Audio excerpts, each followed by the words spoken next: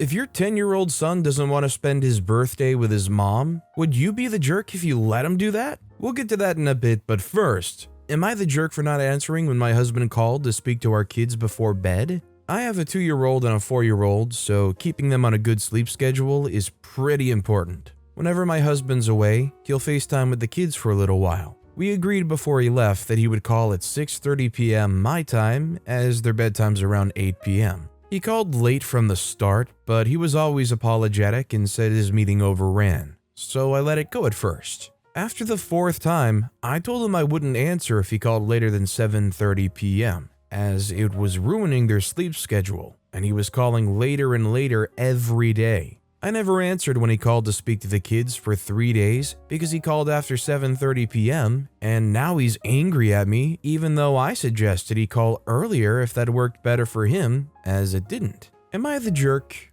I don't think OP's the jerk. Sleep is one of the most important things for kids to have. I feel like the husband's really inflexible here for some reason. Also, hi, I'm Steven, and if you enjoy getting to decide whether or not these people are just some jerks, why not hit that subscribe button down below? Our next story is, am I the jerk for asking my pregnant girlfriend to pay for or replace my meal because she ate all of it? I've 26-year-old male, been with my girlfriend, 29-year-old female, for going on 2 years. Before we met, she and her sister had been working on her being a surrogate for her sister and her sister's husband. Global things delayed that. We talked about her agreement before we got together, and now she's pregnant for them. She's staying with them for now, but she comes over to my place frequently to spend time with me when she's free. It's not so bad, but either she raids my kitchen, or she complains nothing looks good and wanted me to keep some of her for sure cravings on hand. My parents came to visit me and asked me if I wanted them to pick anything up for me on their way.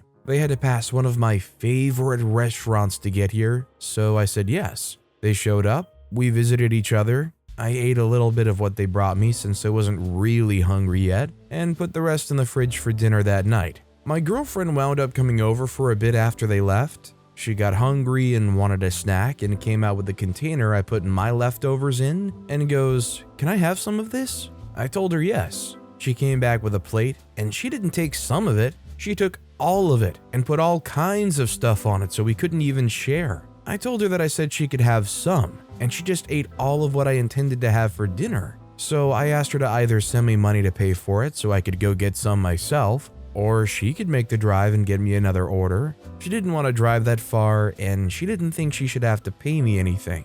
I told her she should because it would be nice of her to do so, since I get she gets cravings. But it's not like she's pregnant with my kid or we live together. She left at that point. Left half the food uneaten, and I wouldn't eat it because of what she put on it. A couple hours later, my mother called. My girlfriend texted her about what had happened. My mom gave me an earful about how I have no idea what it's like for my girlfriend right now, and I need to be supportive and let things go. I definitely get the pregnancy things, but you can't use that as an excuse to just cover up being a jerk to people. Just took this whole dude's dinner and showed zero remorse about it. Our next story is, am I the jerk for telling my husband's daughter to stop calling me mom? I, 42-year-old female, met my husband, 44-year-old male, 6 years ago, and we've been married for 2 years. He has a daughter, 7-year-old female, from a previous marriage that didn't end well after his ex cheated on him. His daughter rarely ever sees her mom, as she constantly travels the world. I feel awful that his daughter hasn't had a good mother figure in her life, so I've been trying my best to take her out to do girly things and bond with her since her mother isn't around to do so. She would always call me by my first name, but for the first time when we were sitting at the table for dinner, she called me mom, and it just didn't feel right. It made me feel uncomfortable. I told her that, "I'm sorry, but I'm not your mother. You can't call me that, sweetie." And she was shocked and started to tear up a bit. My husband and I were arguing all night, telling me what I did was awful. He told me that she feels comfortable and close enough to call me mom, and I should feel special for her calling me mom. He doesn't want to see how I feel from my side. Her mother is still very much alive, and I don't want to disrespect her by taking her title as mom. It all feels very awkward, as I'm used to her calling me by my name. Life was moving so smoothly until she had to call me mom. So, am I the jerk for not wanting to be called mom? I think people would probably be quick to say OP is the jerk just because it kind of crushes the kid's heart, but honestly, I think OP's concerns are fair. What do you guys think? Our next story is, am I the jerk for removing my shirt when I heard my stepfather approaching my room? I, 18-year-old female, am in my senior year, currently have a faulty lock, and a stepfather with no acknowledgement for boundaries. One of the main reasons why I hate when anyone comes into my room without knocking is because of the fact that I sleep naked and just love being naked in the comfort of my room. My mother and brother learned this after a couple of times seeing me that way, as I also love to read in that way. I know it's weird, but it feels amazing. Nonetheless, my stepfather moved in with us recently, and he's been coming into my room in the morning for the most obtuse reasons, like checking if I borrowed this or that, though he would never knock. I've told my mother about this, and she said that it was because his previous home didn't have any locks apart from the toilet due to the personal reasons, so I should be gentle to him. He started to do this around the evening as well, and after telling him to knock for the last 2 weeks, I had to be proactive and show him a route that he will understand, which was seeing me topless on his own volition. One can hope this would encourage him to knock next time. I did it yesterday as I heard his footsteps down my hall, and he came in whilst I was looking for a top, topless. Instead of him screaming or running out like my brother would, he just stood there and carried on speaking. After this, I told my mother how weird it's become, and she said I was being a tyrant and making him seem weird. She got upset at me for talking about this to her, and made me wonder if I was wrong for trying this tactic. I think it's very clear this guy's kind of a creeper. OP should get like a door wedge if they can't replace the lock themselves. Nobody seems to care that this dude is creeping. This next story is, am I the jerk for spending my children's inheritance, leaving almost nothing to them and my grandchildren? Hello, good afternoon. What you're about to read is a recent cause of emotional distress for me, regret, and I'm posting this with the help of my colleague and his son, whom insist I'm doing the right thing. I'm 63 years old. I took advantage of better times, financially speaking, and managed to get enough money to save, have a good retirement, and leave a good inheritance for my children. However, their actions in recent years has broken my heart. My oldest daughter is a lawyer, married to an attorney. I have another son who's also a lawyer, a third who became an engineer, and the youngest who's a salesman. I've been a smoker for many years, and the predictable outcome has finally caught me. So I may not have many years left. After knowing this, my children began stabbing each other's backs, trying to get their inheritance earlier. Initially were frequent verbal discussions that escalated to legal battles. The boiling point came when my daughter forged her brother's signature to take their part of the inheritance while I was being treated at the hospital. Now, none of the siblings can see each other in the eye and only talk through lawyers. Saddened by this situation, I decided to spend the money, thinking that if all of it's gone, they would have no more reasons to fight. I donated to charities, bought my wife beauty items, went on vacations with her paying for the better-looking hotel rooms, no planes because of COVID travel restrictions, gave my grandkids expensive gifts, bought my dearest friends and colleagues better equipment to improve their work. We bought a huge TV, prepaid for my funeral, tasted some fine whiskey, among other things. Right now, about 65 to 70% of my savings are now gone. I plan to keep enough for the time I have left, and leave my wife a good cash amount. However, my children are noticing that I'm spending a lot and started to ask questions. My daughter figured out what happened on her own. I had no rebuttals since I'm guilty of all the accusations she made. But then she mentioned that her children will suffer because of my selfish acts. Not only that, but I'm cursing all of her grandchildren by doing this. That made me think that my grandchildren shouldn't be punished for their parents' sins, and maybe I was too self-absorbed to realize it sooner.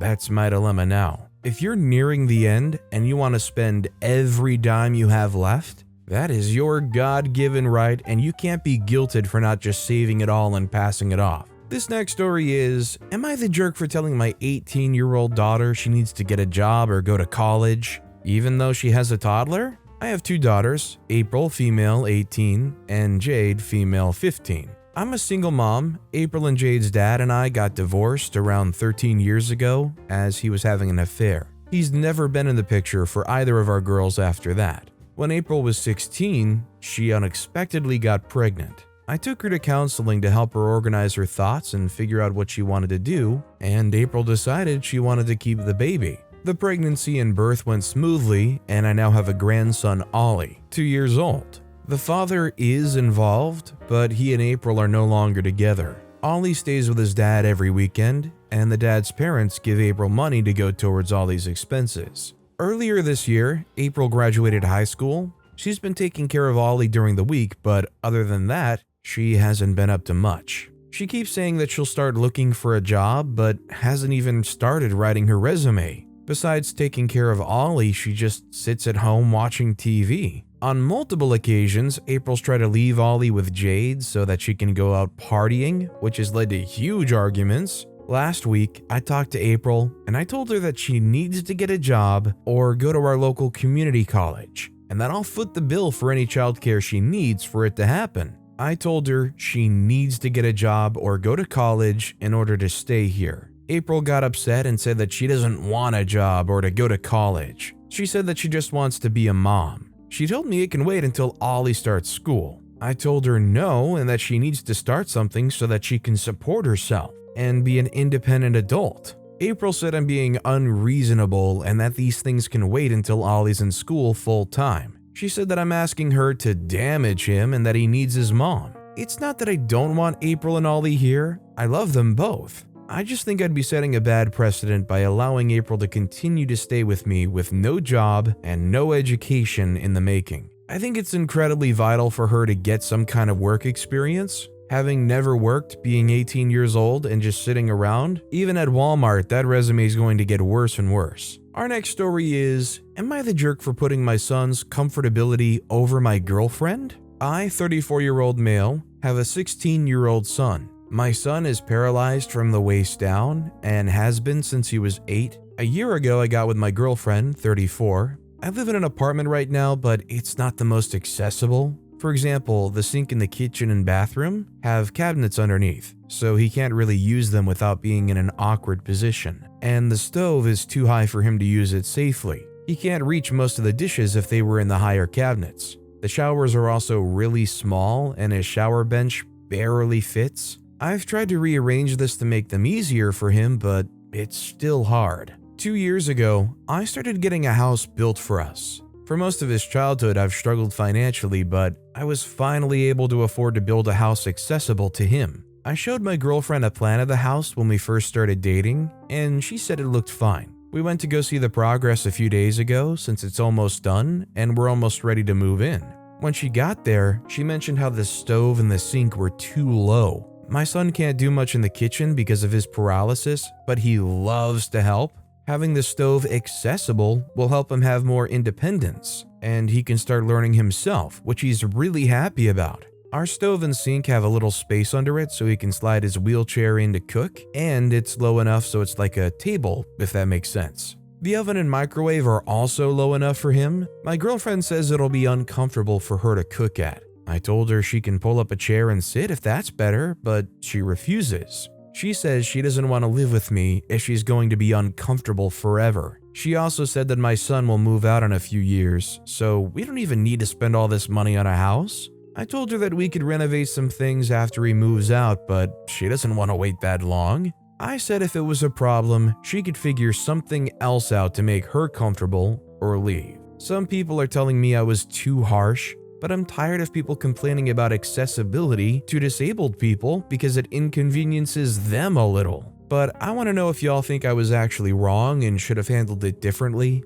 Am I the jerk? I think this is a beautiful thing OP's doing for their son, and I don't think you could miss the point any harder than this girlfriend is. This next story is, am I the jerk for telling my stepson that them's the breaks? My daughter can go to college, but he can't? I'm 49-year-old female. My daughter Katie, 17, is graduating high school this spring and was just accepted to her first college last week. I share Katie with her father, my ex-husband, Will, 52-year-old male, but I've been married to my husband, Brian, 49-year-old male, for about 6 years. Brian has a son, Nick, 16, who's a junior at the same school as Katie. Brian has full custody of Nick while I share custody of Katie. Will and I divorced fairly amicably when Katie was young and have grown into strong co-parents. Will's family comes from substantial money, so as part of the divorce, we agreed that he would be responsible for the tuition and the dorm bill for Katie's college, and I would pay for other miscellaneous living expenses.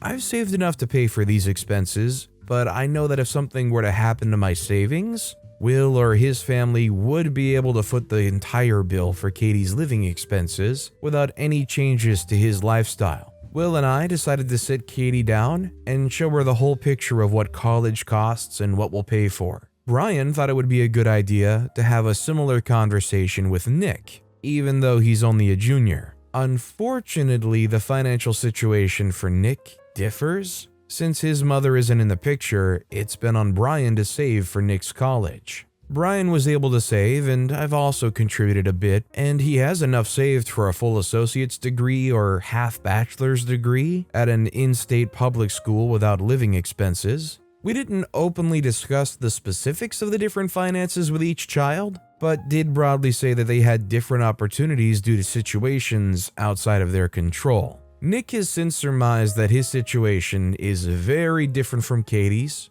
and his choices will be much more impacted by finances than hers. Nick came to Brian and I very upset over the weekend. He said it wasn't fair that Katie got to go anywhere she wanted, and he specifically was upset that Katie would not have to pay for her own room and board. He then asked what if Katie gets into a school with scholarships, if he could get the difference in tuition for his college. Or he said that I should contribute the savings I had for Katie to his fund to try and make it more fair, since Will could make up the difference easily. I kindly told him that no, I wouldn't do that, and that I'm really sorry that that's the situation. Then I told him, unfortunately, sometimes them's the breaks in life, and that we'll do our best to make sure that whatever college he decides to go to, that he can make the most of the opportunity, even with loans. Nick obviously is upset by this, and Brian thinks my response to his asking made me a bit of a jerk, even though I shouldn't have to change any of the agreement.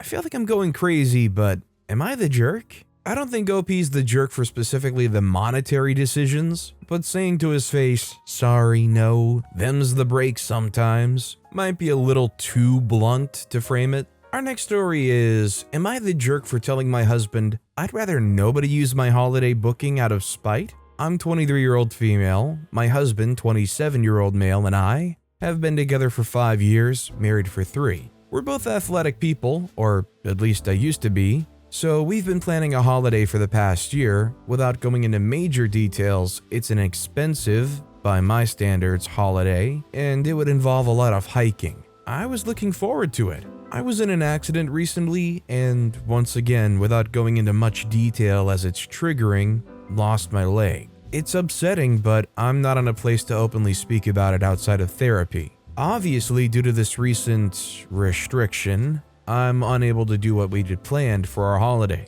I hadn't thought about the holiday. It's non-refundable. I had expected my husband to not want to go. Currently, his family haven't asked once how I am, and my family claim it's hard to be around me because they don't know how to support me. Whatever. He said yesterday he invited his sister, 19, in my place. I was baffled because I expected him to support me. He said it's not for 2 months. I'm like, so? Cancel and do something we can both do. He said he needs a break, that he's been supporting me, he deserves this, and he was also looking forward to it. So I said, you go, but I paid for my spot, so no, she can't use it. He asked if I'm being serious, that it's spiteful. His sister hadn't done anything. I said she hadn't asked once how I was doing. She texted me last week for 150 British pounds. Why should she get a free holiday? Anyways, he's upset, claiming he'll still go and pay for his sister, which he won't because A,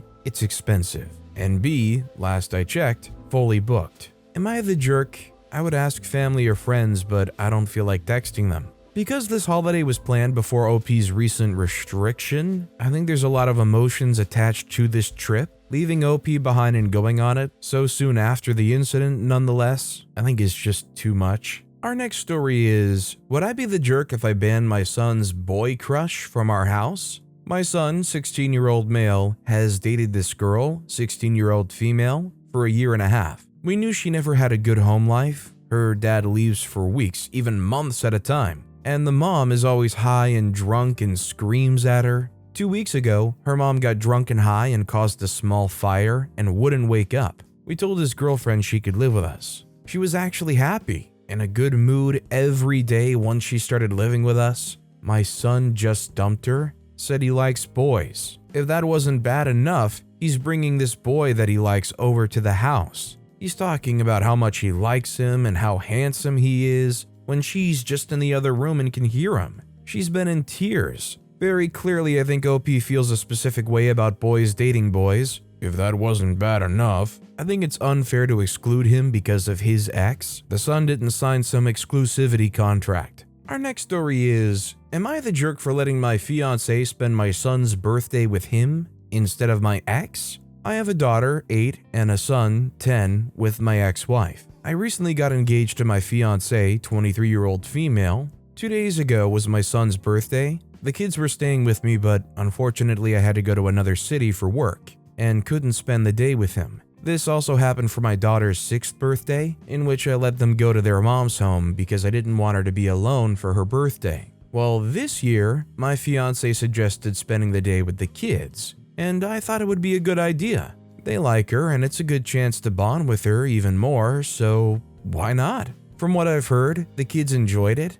However, my ex is really angry. She called me a jerk because she thinks the kids should have spent the day with her and not my fiance. She blew up at me and said a lot of things about me and my fiance. I think she's being unreasonable because it was the kids' time with me, so I get to decide what to do, not her. What do you guys think? Are they the jerk? Considering it's their time but they weren't even there, does that influence things? Our next story is, am I the jerk for banning my niece from my house after she accused my daughter of stealing her AirPods? I, female, 40s, live with my husband, male, 40s, and our daughter Laura, 15-year-old female. I have a niece, Kelly, female, 26. I'm quite close with my siblings and their children, but in recent years, I haven't seen much of Kelly as she's moved to another city that's around 3 hours away. Kelly's been around more often with the holidays coming up, and a few days ago I hosted a family dinner and she came along. The next day, I get a phone call from Kelly. She's furious and tells me that Laura has apparently stolen her AirPods.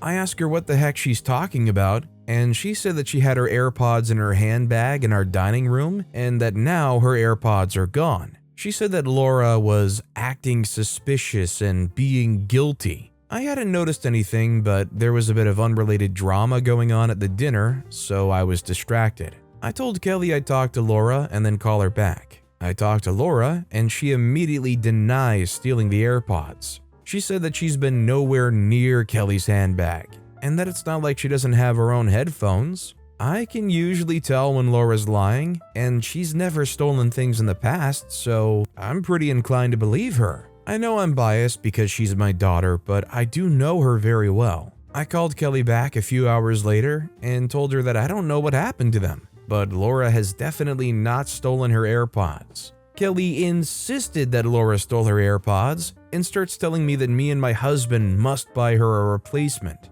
I told Kelly that that's just not the case and that I'm sure they'll turn up. Kelly even went around telling all of our extended family that Laura stole her thing and that she's a liar and a thief, and I'm enabling it. The day after that, I get a text from Kelly telling me that she found her AirPods and that they were in her car the whole time. Kelly seemed to think it was really funny, but I told her I really do not appreciate that she jumped straight to calling my daughter a thief when she misplaced her own AirPods. I told Kelly she's not welcome back into my home after the stunt she's pulled. Kelly got really upset and accused me of trying to cut her out of the family and being too harsh on her. Now my siblings are mad at me for banning Kelly from my house and said I'm horrible and bullying her. I mean, first of all, you have the right to ban anybody you want from your home, let alone somebody that's going to happily play finger guns and blame somebody and out them as a thief when they just cluelessly bumbled their own possessions. That said, our final story of the day is, am I the jerk for making my parents choose between my sister going to jail or replacing my car with their vacation money? I, female 17, live with my parents. I have an older sister, 29, that they had when they were super young. Like, I think my mom was 19 and my dad was 18. They didn't do a great job with her, and she has a lot of problems. She's chronically unemployed, and she's a thief. She has 2 kids that are okay. They live with us as well because her boyfriend didn't want them around. I like the kids, but they're spoiled little brats my parents dote on to make up for being crappy parents to their mom. My parents won't let me put a lock on my door because it's their house and they don't want that. No problem. I talked to the kids and explained about what would happen if they came into my room without permission. We have an understanding. Well, my sister broke up with her boyfriend and she needed a place to stay. I begged my parents not to let her stay with us. They declined.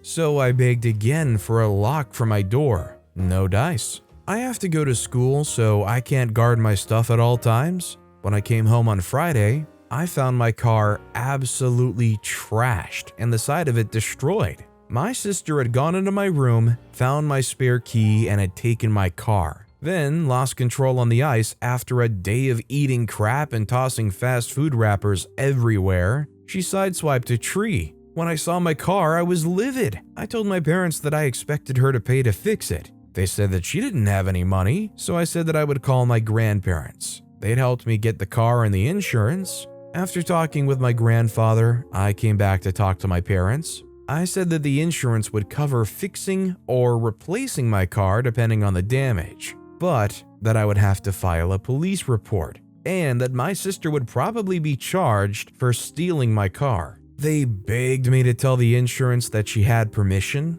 I said nope. So rather than go through insurance, they're replacing my car. But they're using money that they had set aside to take me and my nieces to Orlando next summer for my graduation. It's fine. I can do without seeing Disney World again. But my parents, sister, and nieces are upset with me and saying that I'm a jerk for denying my nieces the opportunity to go on a vacation that they've never had. I just asked them if a lock for my door would have been cheaper. Am I the jerk? Edit, I just got home from school. There's a deadbolt on my bedroom door, and my mom gave me a key. She says that she's keeping the other one for an emergency. I agreed, as long as it was only for emergencies. So I think overall this kind of sucks for everybody else that was going to get this vacation, but I mean, crap happens, at least they're replacing the car, right? I don't think that makes OP the jerk for wanting their car replaced. That last question OP asked everybody is beautiful. Hey, would a lock for my door have been cheaper? But with that being said, that's all the time we have for today. Now, if you want to hear another absolutely crazy Am I the Jerk Here story, check out that video on the left. Or if you missed my latest video, check out that video on the right. That said, I'll see you all next time with some more stories.